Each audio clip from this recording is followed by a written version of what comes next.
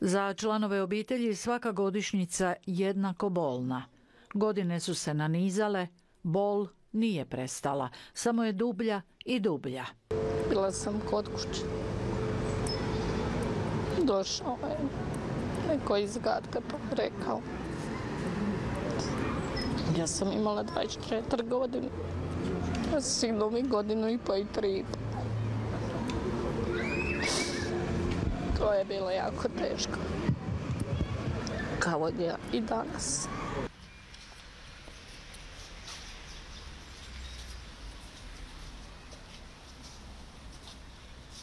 A ove dane smo zaboravljeni, to je žalosno. Imamo sve, u biti nemamo ništa. Po zakonu imaš, ovako nemaš. Samo svoju priču kad bi pričala imala bi šta napisati, to je žalosno. Jasnin suprug i njegovi suborci ubijeni su u Mirkovcima 22. srpnja 1991. godine. Krenuli smo rano jutro sa zadatkom čišćenja sela Mirkovaca od četničkih snaga koje su u to vrijeme, tih dana, intenzivno počeli granatirati mirobacačkim projektilima same Vinkovce i okolna naselja. Nažalost, četnici su nam se šinobusom dovezli s leđa, iza leđa i dogodilo se što se dogodilo. Preživjeli sudionici svaku obljetnicu teško proživljavaju. Za Zorana je 22. srpanj najtužniji dan u životu. Da, sigurno za sada, što ga je, i otac mi je umro, pa sam to nekako, što ga je, prirodnije bi bilo normalnije.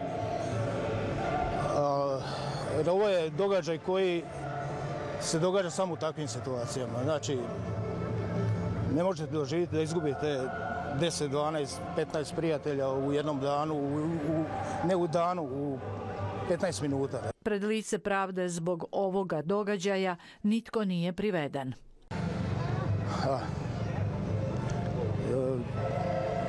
Zna se ko je kriv, samo eto, taj izvan domašaja. Svaki život koji je utkan u stvaranje lijepe naše, svaka žrtva, trebala bi nam biti svetinja, a ovakve obljetnice svakom od nas dužnost i obveza. To je najmanje što možemo učiniti u odnosu na ono što su oni dali nama, a dali su nam ono najvrijednije, život.